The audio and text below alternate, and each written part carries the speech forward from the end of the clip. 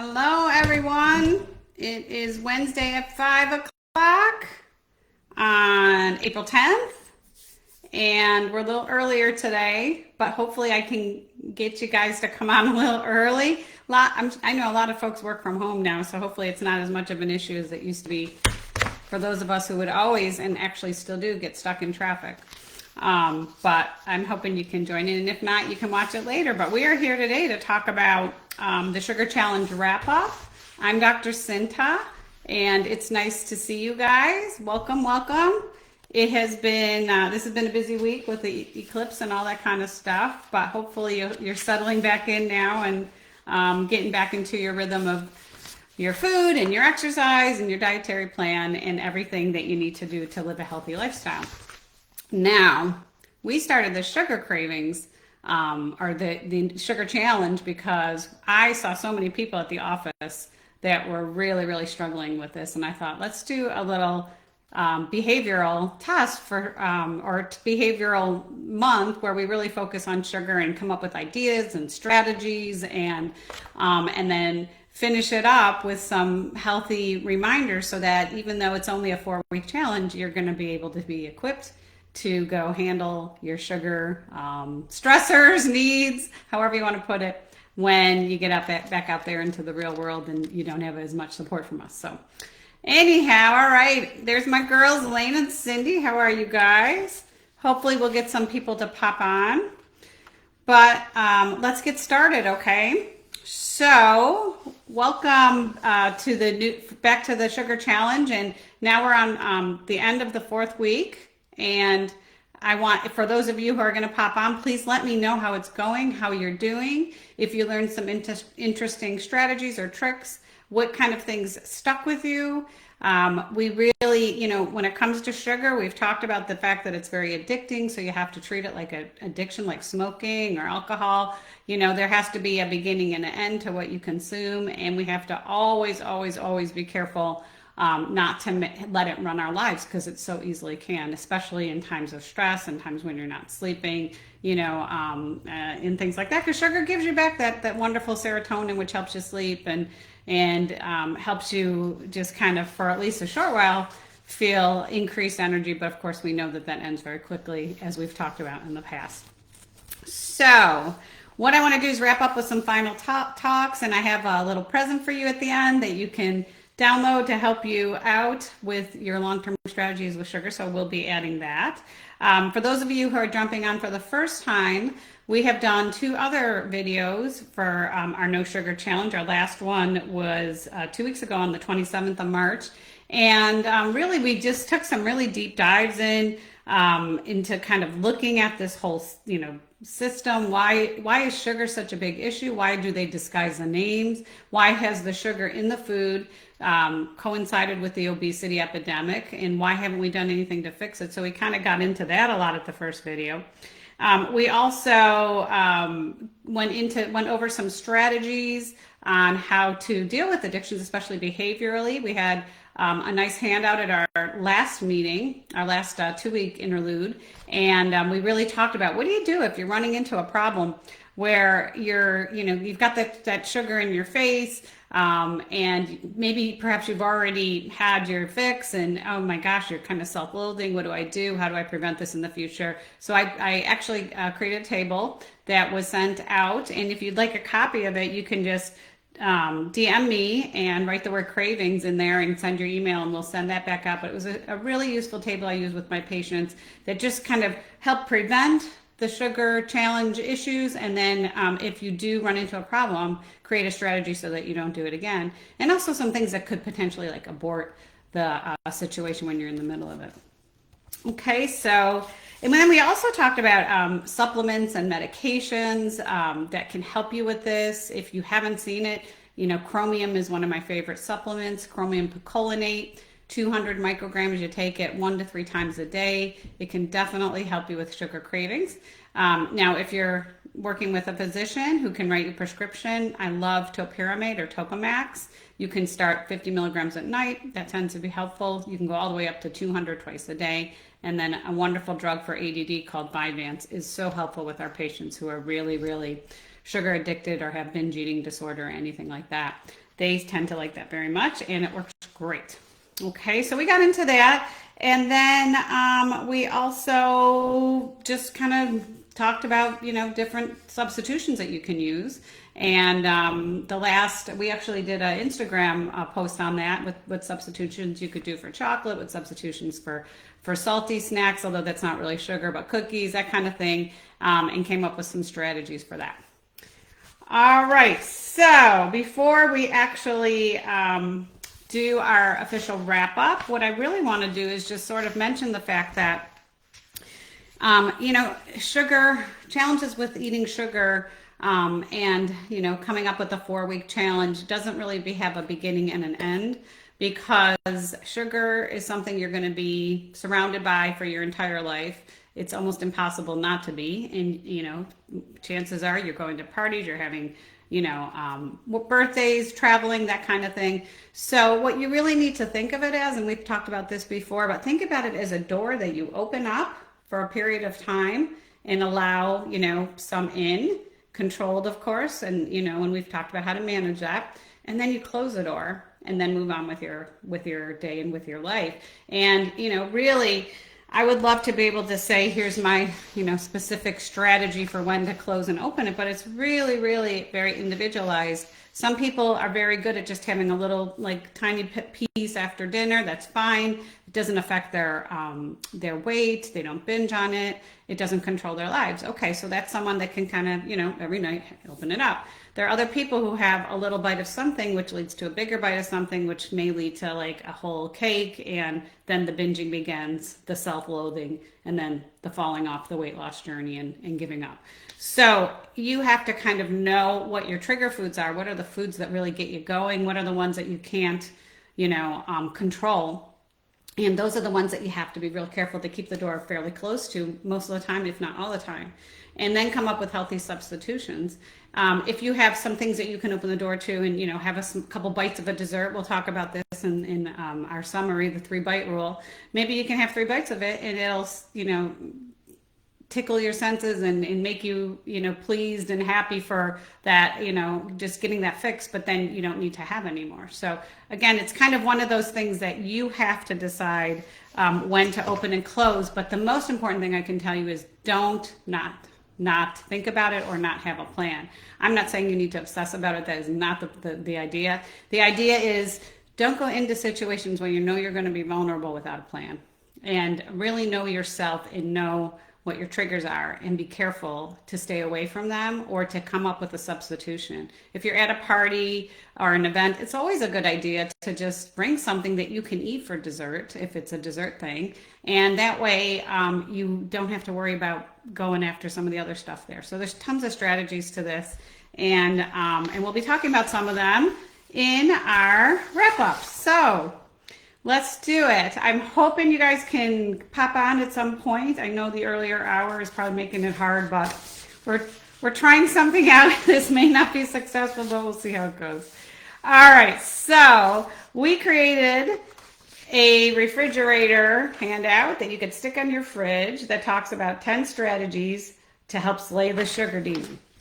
All right, so if this is something you're interested in, I don't know, comment sugar, and we'll send the link. Actually, I think we're just going to put the link up here. So if you wait a second, you'll see the link up here, and then you tap the link and you will get this exact handout that I'm talking about that you can stick on your fridge and you can use to help manage your sugar cravings, which is a summary of all the things we've talked about, and it's 10 strategies to slay the sugar demon. All right, let's go.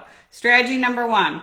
Now, if you watched our series, you saw that an Oreo cookie activates the pleasure center in rats more than cocaine. Okay, so if you can't control the addiction, understand first of all that the rats are in the corner over there, eating their Oreo cookies, and they could care less about the cocaine in the other corner. That's how addicting it is. So, understand that, acknowledge that it's not a character flaw, but then you have to kind of address how addicted you are to certain things, and just come up with a strategy for that. So that's number 1.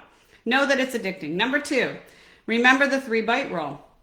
Okay, the 3-bite rule is you can have 3 bites of anything as long as you can stop at 3 bites. Okay, so I'm I do a lot of 3-bite rule testing. I'm a tester and taster. I kind of get bored with desserts after a while, but I like to taste everything, especially if somebody made it. So if you can do 3 bites and then just walk away, then that's something you can have 3 bites of. And that can oftentimes, take care of that craving or that need to have something after dinner, or at your time when you're watching TV or whatever.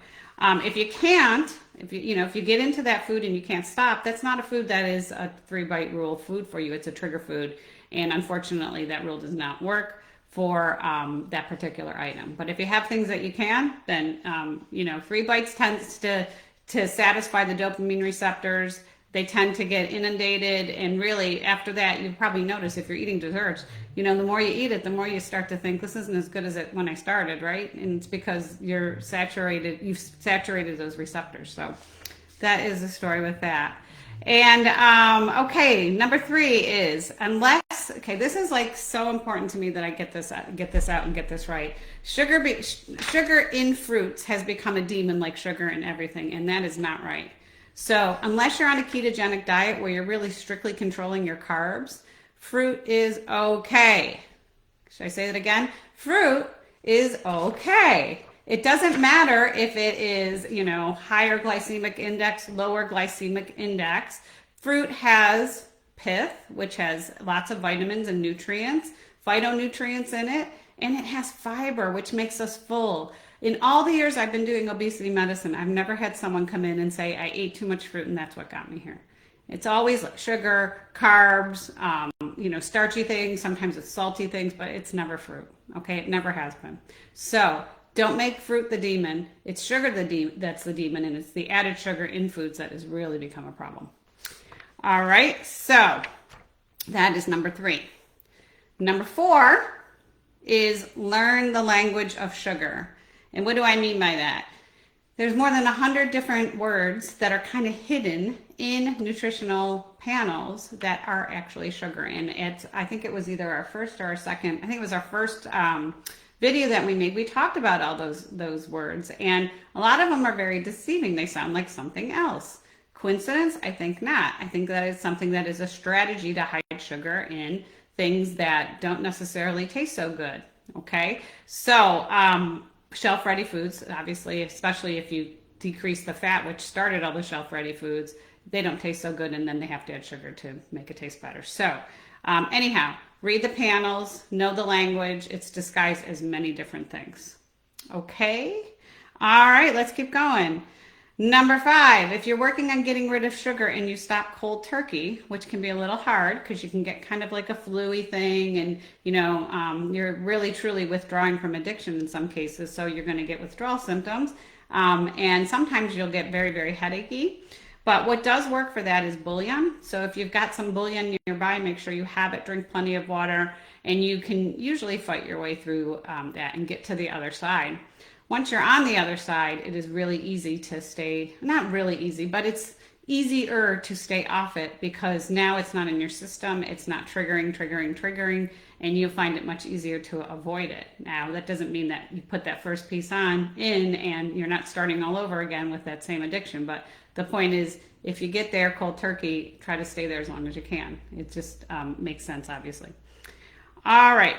So we are now on number 6. So number 6 is, the best way to deal with sugar addictions, in my opinion, as an obesity medicine doctor, is to come up with less addicting substitutes. So for example, if chocolate is your thing, stay away from milk chocolate, which has the perfect combination of fat, sugar, and salt. And it hits those addiction centers much more so than like 70% dark chocolate, which will still give you that chocolate fix without giving you that addiction component. Some people like to substitute like tea with honey for having something at nighttime that, is sweet.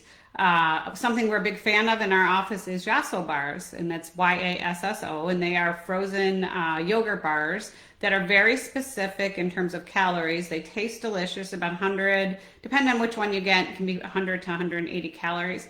But they taste good. They come in pretty packaging. They hit that craving, and they tend to satisfy most of my patients who have that type of a a craving for something like ice cream or something like that, it does work. So come up with good strategies to substitute when you have certain problems or want certain things at night. And we went through that in a couple of different ways in our previous Facebook Live and also in our Instagram. Okay, so number 7, this is super, super important. And that is, if you make protein the core of your diet, then you're going to have less sugar cravings, okay? So what we usually tell people is take your weight, divide it in half in general, and that is how much protein you should get in a day. So if you're 200 pounds, it's 100 grams of protein is what you need in a day. Yes, 100 grams. If you are 180 pounds, it's 90, and so on and so on. If you're a heavy exerciser, then you want to go a little higher. You can go 3/4 of your weight, all the way up to 1 pound per gram. But you got to really make sure that you have good healthy kidneys and things like that when you start to push it that high. But 1/2 to 3/4 of your weight in grams of protein is enough. And you divide that throughout the day. And if you do that, you support your muscle mass, your sugar stays stable, and you don't tend to have cravings for, much of anything if you do that. And it's just a healthier way to eat as well. So focus on protein and you will eat less sugar. That is rule number 7. All right, number 8 is, and we're going to have a discussion about this really soon, but get adequate sleep, okay? When you're sleep deprived, your hunger hormones like ghrelin kick up, so you want to eat more. And then your cravings actually increase as well the next day because you're tired. You want something to keep you awake, and you're going to look for something like sugar or something that's going to bring you serotonin, which goes down when you're not sleeping, and that tends to come from things like chocolate, etc. So get good sleep. You'll crave less sugar. Okay, so that's always an important thing to focus on. All right, so that is number 8. We're almost done. Number 9 is, if you're going through a tough time and you need some help, chromium picolinate, which I mentioned at the beginning, 200 micrograms up to 3 times a day. You can take it with meals. That will help you with sugar cravings. So a lot of us at our office have it on our desks, and we use it when we need to. It works and has been studied for premenstrual cravings, and although it's not as strong as some of the medications that are out there, it does work. So give that a try if you can. And then I did also mention on here that if it doesn't work, talk to your doctor about the medications I mentioned before, like topiramate or Topamax, Vyvanse, which is, the other name for it is lisdexamfetamine. And then the last one is naltrexone, and that is another one that I didn't mention, but is also very good for sugar cravings. Okay, and then finally, number 10, we all mess up sometimes. Okay, so don't beat yourself up if you mess up. Don't get into that cycle of self-loathing. Go to the table that we created that from this last video, where you start to strategize if you do run into trouble, and you actually have a plan going forward if you're vulnerable again, or you come up with ways to prevent it just by packing the right things and just planning ahead. Okay, so just understand that it's fixable. I think the most important thing I can say is this is fixable. It's always been fixable. You don't need a GLP-1 to take care of sugar issues. All you need to do is come up with strategies, and you need to know good substitutions and work on the behavioral techniques. Okay? So, all right, and then we just posted the chromium supplement up there. And so if you want it from our office, it is the medical grade quality, which is Metagenics. And it's really cheap. I know it's not much money, and it works great. And it's a very, as I mentioned, very good quality. Okay, so there's one thing on here Cindy mentioned. I find that eating a balanced meal makes all the difference because I don't even crave sugar. And, oops, I'm sorry. I don't even crave sugar. And on the rare occasion I do have a craving, after filling up on that good meal, I can get away with just a small taste of sugar. Good. Awesome. Yes. I think that is so key. Is we are so carb heavy in the way that we eat in America in particular. I know it's getting like that in other countries too that follow our diets, but we really need to focus on, we've talked about this before, but why not bring it up again, on coming up with a plate that is, here we go, I don't know if you can see that, but half protein, half protein, half veggies, which is this part right here, 3/4 of that, of the other half, and then just a tiny bit of carbs on the bottom, okay? Because what we do is the opposite. We fill our whole plate with carbs. We put a little protein on because that's expensive, and restaurants don't like to pay for that. And then the vegetables are kind of like a side thought. And so we're just eating carbs, carbs, carbs, and getting ourselves bigger, bigger, bigger. And not fruit and fiber-filled carbs, but usually starchy carbs like pasta, rice, bread. We need to talk about bread before we go. And potatoes, all of those kind of things are starchy carbs that we eat a lot of in this country, and that really, really have just propelled our obesity epidemic to unprecedented levels now. So, all right. That's all I really wanted to say today. I did want to make sure you got that handout with my 10 best pearls. All right, before we go, I'm going to just talk real quickly about a subject I've seen a lot of in the last 2 weeks, which is, believe it or not, bread. So even though bread doesn't have sugar, well, I take that back. If you take a piece of bread and put it in your mouth and just let it sit there, you will notice it tastes very sweet. And that is because there is a lot of glucose in there, but a bond has to be broken by salivary amylase in your mouth before the glucose is released. But you will start to make it, you will notice that it tastes sweet.